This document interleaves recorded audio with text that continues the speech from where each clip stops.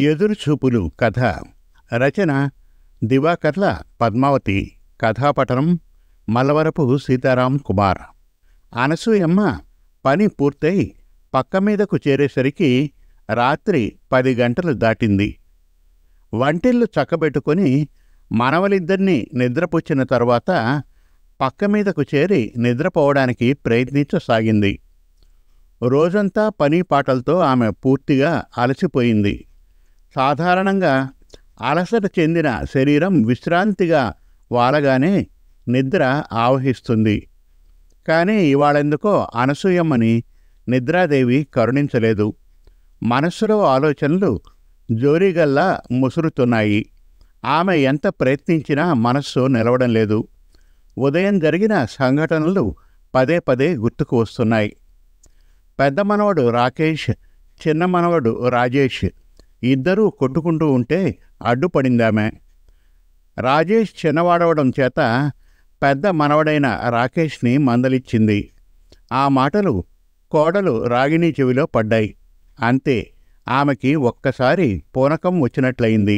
ఆగ్రహంతో ఊగిపోయింది. మా పిల్లలకి మేము బుద్ధి చెప్పుకోగలం, మీరేం వాళ్ళకి బుద్ధి చెప్పనక్కర్లేదు, కసరక్కర్లేదు, మీ పని మీరు చూసుకుంటే చాలు అని ఇద్దరినీ బరాబరా అక్కడి నుంచి లాక్కుపోయిందామె కోపంగా. ఆ సంఘటనకి మాన్పడిపోయింది అనసూయమ్మ. తను ఇంతకీ ఏమంది? వాడు నీ తమ్ముడురా, చిన్నపిల్లాడు, నువ్వు వాణ్ణి ఏమనకు అని. అంతేగా, తనేమీ వాళ్ళ మీద చేయి చేసుకోలేదే, గట్టిగా కూడా మందలించలేదు. మరి రాగిణికి కోపం ఎందుకు వచ్చినట్లు?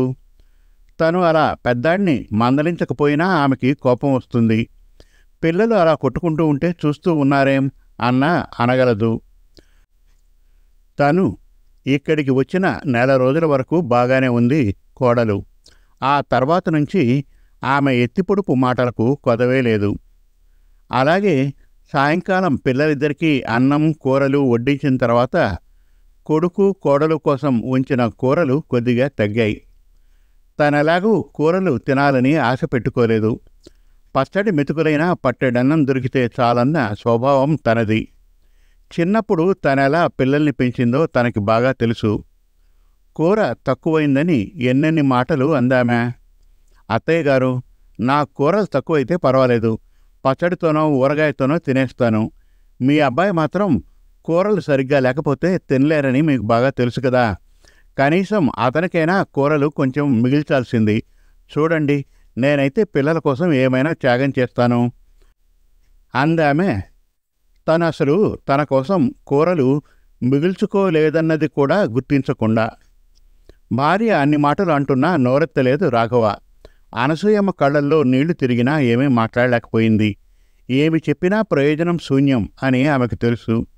ఇలా రోజు ఏదో ఒక సంఘటన జరుగుతూనే ఉంటుంది. ప్రతి నెల వంట నూనె ఖర్చు ఎక్కువవుతోందనో, కాఫీ పొడి పంచదార వేగం చెల్లిపోతున్నాయనో మాట పడవలసి వస్తూనే ఉంది. మళ్ళీ పండగలకు పబ్బాలకు స్వీట్స్ పిండి వంటలు చేయాలి. కానీ పంచదార వంట నూనె మాత్రం ఖర్చు కాకూడదంటే ఎలా? వంట పనే కాక మొత్తం ఇంటి చాకిరీ అంతా అనసూయమ్మదే. ఆమె వచ్చిన తర్వాత పని మనిషిని మాన్పించింది రాగిణి. ఆమె మాటకు ఎదురు చెప్పడు రాఘవ. చిన్న కొడుకు రాఘవ ఇంటికి వచ్చి 4 నెలలు దాటుతోంది. ఇంకెంత, మరో 2 నెలలు ఓపిక పడితే పెద్దబ్బాయి రమణ దగ్గరకు వెళ్ళొచ్చు. అంతదాకా ఎలాగోలా రోజులు వెళ్ళిపోతే చాలు. రోజులు లెక్క పెట్టుకోసాగింది అనసూయమ్మ. రామచంద్రయ్య అనసూయమ్మ దంపతులకు రమణ రాఘవ 2 కుమారులు. వాళ్ళకి 2 మగపిల్లలు కలగడం వల్ల బంధువులందరూ వాళ్ళ అదృష్టాన్ని కొనియాడారు. ఆమె కూడా తన అదృష్టానికి మురిసిపోయింది. రామచంద్రయ్యది చిన్న ఉద్యోగమైనా దంపతులిద్దరూ చాలా ఆనందంగా ఉండేవారు. ఉన్నంతలో తృప్తిగా జీవించారు. కాలక్రమేణా పిల్లలిద్దరూ పెద్దవాళ్ళయ్యారు.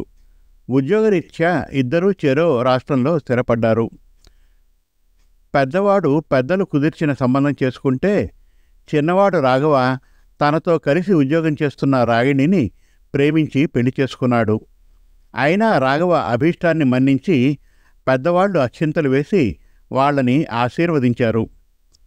పెద్దవాడు రమణ ముంబైలో స్థిరపడితే చిన్నవాడు రాఘవ చెన్నైలో స్థిరపడ్డాడు.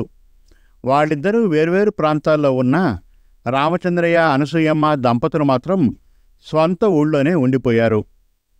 హాయిగా ఆనందంగా సాగుతున్న ఆ వృద్ధ దంపతుల జీవితంలో ఒక్కసారి పెను విషాదం చోటు చేసుకుంది. అకస్మాత్తుగా వచ్చిన గుండె నొప్పితో సరైన చికిత్స లభించకపోవడం వల్ల రామచంద్రయ్య కాలం చేశాడు. అనసూయమ్మను ఒంటరిగా వదిలిపెట్టి అంతులేని విషాదాన్ని దిగమింగుకొని ఆ ఊళ్ళోనే తన మనుగడ కొనసాగించాలనే ఆమె నిర్ణయానికి కొడుకులిద్దరూ అభ్యంతరం చెప్పారు. తమతో వచ్చేయమని, మనవల్ని చూసుకుంటూ శేష జీవితం గడిపేయమని ప్రాధేయపడ్డారు. ఊళ్ళో ఉన్న ఆస్తుల్ని అమ్మి సొమ్ము పంచుకున్నారు. అయితే ఆస్తుల్ని పంచుకున్నట్లే తల్లిని కూడా పంచుకున్నారా అన్నదమ్ములు. ఓ 6 నెలలు పెద్ద కొడుకు దగ్గర, మరో 6 నెలలు చిన్న కొడుకు వద్ద ఉండడానికి ఇద్దరి మధ్య ఒప్పందం కుదిరింది. తన బాధ్యత కొడుకులిద్దరూ పంచుకోవడం చూసి ముందు ఆమె మనసుకు కష్టం కలిగినా ఎలాగూ చివరకు వాళ్ల పంచనే కదా చేరాల్సింది అని సమాధానపడింది అనసూయమ్మ. ఇప్పుడైతే కాళ్ళు చేతులు ఆడుతున్నాయి కాబట్టి నెట్టుకు రాగలదు, కానీ వయస్సు మీదపడి లేవలేని పరిస్థితిలో ఊర్లో పడి ఉంటే తనని చూసేదెవరు, చేసేదెవరు? అందుకే ఆమె కూడా వాళ్ల నిర్ణయానికి కట్టుబడి ఉండిపోయింది. పైగా నెల నెల వచ్చే పెన్షన్ డబ్బులు కూడా తనెలాగూ వాడుకోలేదు కాబట్టి తనెక్కడ ఉంటే వాళ్లకే ఆ డబ్బులు ఇవ్వడానికి నిర్ణయించుకుంది ఆమె. ఆ విధంగా ఆమె అన్ని విధాలా కొడుకు కోడళ్ల దయాధర్మాల మీదే ఆధారపడవలసి వస్తోంది. ఇంకా నయం, తనకు ఏ ఆరోగ్య సమస్యలు ఇంతవరకు లేవు కాబట్టి ఎలాగోలా నెట్టుకొస్తోంది. మనవల్ని చూసుకునే బతుకుబండి లాక్కొస్తోందామె. చిన్న కొడుకు వద్దకు వచ్చి 4 నెలలైంది. అయితే ప్రతిరోజు ఏదో సమస్య ఎదుర్కోవలసి వస్తోంది. పిల్లల దగ్గర తను విశ్రాంతి తీసుకుంటానని భావించిందామె, కానీ అందుకు విరుద్ధంగా ఇంటి చాకిరీ అంతా ఆమె మీదే పడింది. విశ్రాంతి మాట అలా ఉంచి ఆమెది విశ్రాంతి లేని జీవితం అయిపోయింది. కొడుకు కోడలు ఇద్దరూ ఉద్యోగస్తులవడం వల్ల వారికి సమయానికి కాఫీ టిఫిన్లు అందించడం, క్యారేజీ కట్టడం, పిల్లల్ని స్కూలుకు తయారు చేయడం, ఇలా రోజంతా చాకిరీతో ఆమెకి విసుగొచ్చేది. ఎంత త్వరగా రోజులు గడుస్తాయా అని ఎదురు చూస్తోంది. రోజు క్యాలెండర్ చూస్తోందామె. ప్రతిరోజు రాత్రి అమ్మయ్య ఓ రోజు గడిచింది అని మనస్సులో అనుకునేది. ఇప్పుడే ఇలా ఉంటే మున్ముందు అదృష్టం బాగులేక రోగాల బారిన పడితే తన బ్రతుకు ఎలా ఉంటుందోనన్న ఆలోచన ఆమె మదిని కలవరపరిచింది. ఆమె మనస్సు రోజు గాయపడుతూనే ఉంది. శరీరానికి తగిలిన గాయమైతే మానుతుంది, కానీ మనస్సుకు తగిలిన గాయం అంత త్వరగా మానదు. పుణ్యాత్ములు ముందే వెళ్ళిపోయారు. భర్తను తలుచుకుందామె. భర్త ఉన్నంతకాలం ఆమెకే కొరత లేదు. దంపతులు ఇద్దరిలో ఎవరు ముందు పోయినా రెండో వారికి ఏదో విధమైన బాధ తప్పదు. తను కాబట్టి మొండిదని తట్టుకుంటోంది. తనే ముందు పోయి ఉంటే భర్త పరిస్థితి ఏమయ్యేదో. ఇలాంటి ఆలోచనలతో ఏ తెల్లవారుజామునో నిద్రపట్టిందామెకి. ఆలస్యంగా నిద్రపట్టినా తెల్లారి 6 గంటలయ్యేసరికి మెలకువ వచ్చిందామెకి. రాత్రి ఎన్ని గంటలకు పడుకున్నా ఉదయం 6 అయ్యేసరికి టంచెనుగా మెలకువ వచ్చేస్తుందామెకు. గబగబా లేచి రోజువారీ పనుల్లో నిమగ్నమైందామె. 6:30కి పాలవాడి దగ్గర పాలు పోయించుకోవడం నుండి ఆమె దినచర్య ఆరంభమవుతుంది. అనసూయమ్మ ఎదురు చూస్తున్న రోజు రానే వచ్చింది. నిజానికి వారం రోజుల ముందు నుండే ఆమె తన పెట్టె సర్దుకుంది. ఆమెలో నూతనోత్సాహం చోటు చేసుకుంది. చివరకు ఇక్కడి నుంచి విముక్తి లభిస్తున్నందుకు ఆమె నిట్టూర్చింది. ఆ రోజే అనసూయమ్మ పెద్దబ్బాయి రమణ తమ్ముడింటికి వచ్చాడు, తల్లిని తన వెంట తీసుకెళ్ళడానికి. అనసూయమ్మ కొడుకుని ఆప్యాయంగా పలకరించింది. కోడలు పిల్లలు ఎలా ఉన్నారు అని అడిగింది.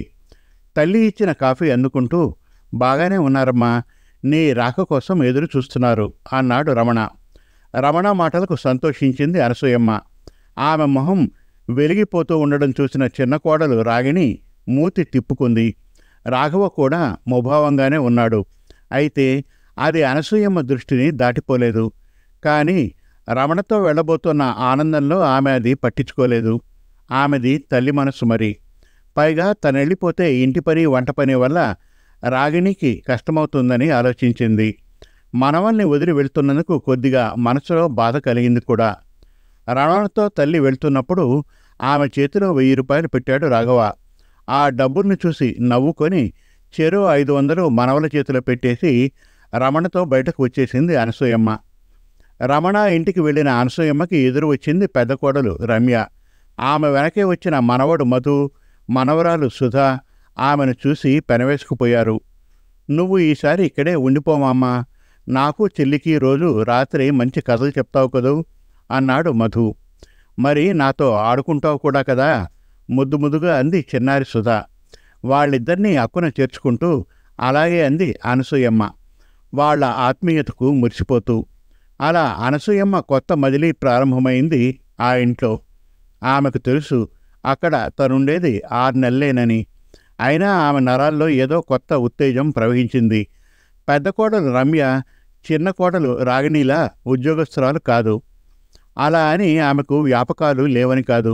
మహిళా మండలి కార్యక్రమాల్లో ఆమె చురుగ్గా పాల్గొంటుంది. ఇంట్లో పని మనిషి ఉండడం వల్ల ఆ శ్రమ తప్పింది అనసూయమ్మకి. ఇంటికి కావలసిన సామానంతా నెలకోసారి తెచ్చేస్తారు. ఖర్చు విషయంలో పట్టించుకోరు. కాకపోతే వంట వండి వడ్డించడం, మిగతా పనులన్నీ ఆమె ఎప్పట్లా చేసుకుపోతోంది. రమణ భోజన ప్రియుడు కావడం వల్ల ఆమెకి వంట పని కొద్దిగా పెరిగింది. పైగా రమ్య బయటకు వెళ్ళినప్పుడు ఆమె కోసం కాచుకోవడం తప్పనిసరైంది. భార్య లేకుండా రమణ ఒక్కడు భోజనం చేయడు. ఆ విధంగా వాళ్ళిద్దరి భోజనం అయ్యే వరకు ఆమె కాచుకోవలసి వచ్చేది. ఆ విధంగా ఒక్కోసారి మధ్యాహ్న భోజనం పూర్తయ్యేసరికి 3 గంటలు దాటిపోయేది. రమ్య ఒక్కరితి వెళ్ళినా, ఇద్దరూ కలిసి వెళ్ళినా ఎప్పుడొస్తారో తెలియదు. వాళ్ళ కోసం ఎదురు చూడవలసిన పరిస్థితి ఆమెది. అయినా ఓపిగ్గా పనులు చేసుకుపోతోందామె. 1 నెల రోజులు ఇట్టే గడిచిపోయాయి. ఆ రోజు ఆదివారం సాయంకాలం 4 గంటలకి రమ్య కోసం కొంతమంది మహిళా మండలి సభ్యురాళ్ళు వచ్చారు. కోడలు ముందే చెప్పబట్టి వాళ్ళ కోసం కాఫీ, పలహారాలు తయారు చేసి ఉంచిందామె. వాళ్ళందరూ మాటల్లో పడ్డారు. ఏమే రమ్య, ఈసారి నువ్వు మన మహిళా మండలి అధ్యక్షురాలుగా పోటీ చెయ్యి. ఆ బ్యాంక్ మేనేజర్ భార్య నీరజ తెగ నిలుగుతోంది. తను మహిళా మండలి ప్రెసిడెంట్ అని ఆమెకి గొప్ప గర్వం. గొప్ప గొప్ప వాళ్ళతో రాసుకు పూసుకు తిరిగి మనల్ని పూచిక పుల్లలా చూస్తుంది. నీకేం తక్కువ? ఉద్యోగం చేయడం లేదన్న మాటే గాని నీ చదువు ఆమెకుందా చెప్పు. ఈసారి నువ్వెలాగైనా గెలిచి ఆ నీరజ పొగరు అణచాలి అంది గిరిజ. రమ్య ఆమె వైపు సాలోచనగా చూడడం గమనించిన వనజ, అవును రమ్య, నువ్వు ఈసారి పోటీ చెయ్యి, మేమందరము నీకు అండగా ఉంటాం అంది. మిగతా వాళ్ళు కూడా ఆ మాటలు బలపరిచారు. ఈ లోపున అనసూయమ్మ వాళ్ళందరికీ ఫలహారాలు, కాఫీలు ఇచ్చింది. అలా చాలాసేపు వాళ్ల కబుర్లు నడిచాయి. వాళ్ళు వెళ్ళిన తర్వాత పిల్లతో మాట్లాడుతున్న అనసూయమ్మ దగ్గరకు విసవిస నడిచి వచ్చింది రమ్య. మా వాళ్ళు వచ్చినప్పుడైనా మీరు మంచి చీర ఒకటి కట్టుకోకూడదా? చచా, నా పరువు నిలువునా తీస్తున్నారు. వాళ్ళు ఏమనుకుంటున్నారో తెలుసా అత్తయ్య గారు? మిమ్మల్ని వంట మనిషి అనుకున్నారు. వంటావిడ చాలా బాగా చేసింది. మా ఇంట్లో ఫంక్షన్ ఉంది, పంపవా అని అడిగింది ఒక ఆమె. మీరేమో నా పరువు ఇలా నిలువునా తీస్తున్నారు అందామె కోపంతో. బిత్తరపోయింది అనసూయమ్మ. వంట పనిలో ఉండడం వల్ల చీర కొద్దిగా నరిగిపోయింది అంతే. అయినా తను ముందే చెప్పొచ్చు కదా ఆవిడ మా అత్తగారని. అప్పుడు అహం అడ్డొచ్చింది. తీరా వాళ్ళేదో మాట అనేసరికి తన మీదే కోపం ముంచుకొచ్చింది. మనసులో అనుకున్న పైకి మాత్రం మౌనం వహించింది అనసూయమ్మ. తనేమైనా జవాబు ఇస్తే అదో పెద్ద రగడ అవుతుంది. వీలైనంత వరకు మౌనంగా ఉండడమే మంచిదని ఆమెకి అనుభవం నేర్పిన పాఠం వంట పట్టించుకుంది. తన వల్ల కొడుకు కోడళ్ల మధ్య మనస్పర్ధలు రావడం ఆమెకి ఇష్టం లేదు. అయితే మనస్సు గాయపడుతూనే ఉంది. ఎంత సర్దుకుపోతున్నా ఏదో సమయంలో ఏదో మాట పడవలసి వస్తోంది. మరోసారి రమ్య తల్లిదండ్రులు వచ్చారు. అక్కడ వాళ్ల మధ్య కూడా ఆమెకి అవమానమే జరిగింది. కళ్ళల్లోని కన్నీళ్లు కనపడకుండా జాగ్రత్త పడుతూ అవమానాల్ని సహిస్తూ మనవల్ని చూసుకుంటూ కాలం గడుపుతోందామె. ప్రతిరోజు రోజులు లెక్క పెట్టుకుంటోందామె. ఎప్పుడు ఇక్కడి నుంచి విముక్తి లభిస్తుందా అన్న ఆలోచనలతో రోజులు ముందుకు సాగిపోతున్నాయి. చివరికి 6 నెలలు పూర్తయి చిన్న కొడుకు రాఘవ దగ్గరకు వెళ్ళడానికి సమయం ఆసన్నమైంది. ఎప్పుడు రాఘవ వస్తాడా, తనని తీసుకువెళ్తాడా అని ఎదురు చూస్తోందామె. అనసూయమ్మ ఎదురు చూస్తున్న రోజు రానే వచ్చింది.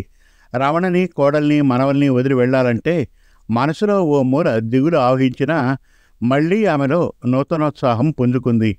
ఎందుకంటే ఈ 6 నెలల్లో రాఘవ ఇంట్లో తను ఇంతకుముందు పడిన కష్టాలు మర్చిపోయింది ఆమె. కొత్తగా కలిగిన కష్టాలు పాత కష్టాల్ని మరిపింపజేస్తాయి మరి. ఈ పంజరంలోంచి విడుదలై మళ్ళీ మరో పంజరంలోకి వెళ్ళిపోతోందామె. అయితే ఈ భవబంధాల పంజరాల నుండి అనసూయమ్మకి విముక్తి ఎప్పుడో మరి. ఆమె శక్తంతా ఉడిగినాక అన్నదమ్ములిద్దరూ కలిసి ఆమెని వృద్ధాశ్రమంలో చేర్చితేనో, లేకపోతే ఈ బతుకు పంజరంలోంచి జీవుడు విడుదలైన తర్వాతేమో ఎవరికి మాత్రం తెలుసు. ఎప్పటికైనా విముక్తి మాత్రం తథ్యం. అప్పటి వరకు ఎదురుచూపులు తప్పవు. ఎప్పుడూ రోజులు లెక్క పెట్టుకోవడంతోనే సరిపోతోంది అనసూయమ్మకు. పాపం. సమాప్తం. మరిన్ని చక్కటి కథల కోసం, కవితల కోసం, వెబ్ సిరీస్ కోసం మనతెలుగుకథలు.com విజిట్ చేయండి. Thank you.